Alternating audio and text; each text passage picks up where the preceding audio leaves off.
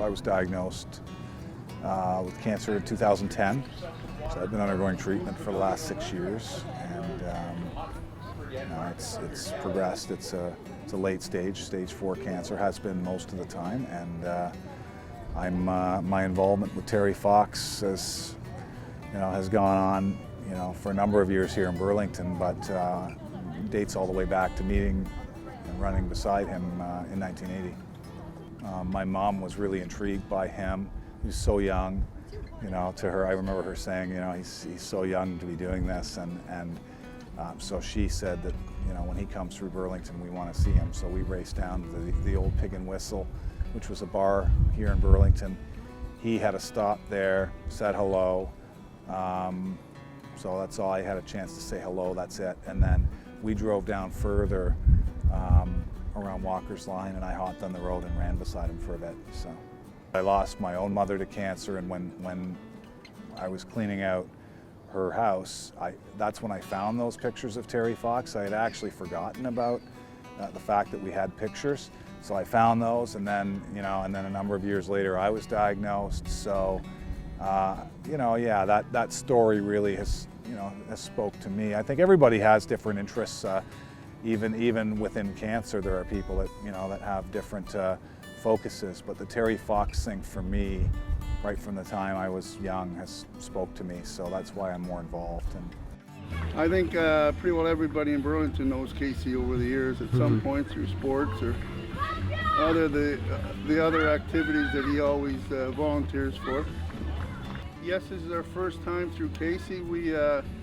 My boss, Mike Gallagher, decided to pay for all the shirts. And it looks like we're going to raise about $5,000. Oh, nice.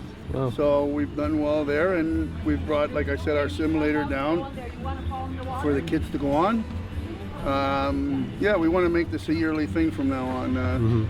I think, and I'm sure you hear this 100 times, everybody's been affected by cancer in some way in their family. So, I've always lived in Burlington. I've coached, everybody's kid here in town in hockey and baseball. I have 3 kids of my own who have their own massive network. I coach hockey and baseball in the local high schools now. I've been around. I'm involved in community things. The Terry Fox Monument, I was involved in getting that put here, and the mayor is someone who I'm involved a little bit politically. I've run for office here and have a lot of friends. So the support, I'm really fortunate to have a lot of support. Now, one of the things I always say to people is probably part of the reason I have so much support is because of my age.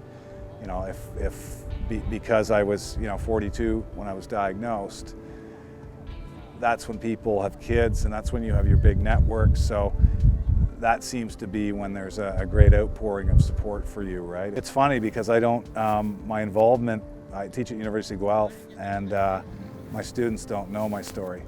I think maybe a few of them have figured it out, but for the most part, in that setting, I don't, unless given the opportunity, I don't offer it out there always. So, but because it's leadership that I teach, I have had several groups of students that have studied Terry Fox as a leader, and certainly there are a lot of people. I'm not alone in thinking he's the greatest Canadian, so that's come up a lot. But I kind of separate my own journey from my work. Your typical cancer patient doesn't always look the same. You can have, I'm a little out of shape now, but I'm a very active person. There were points during this cancer journey for me where I was playing hockey, doing everything, fully doing everything that anyone else would do. And people still seem to be surprised by that, but there are so many people walking around us that are living very normal lives, unfortunately, living with cancer. Instead of dying of cancer, they're living with it. And so that's my goal, is to keep living with it. Yeah.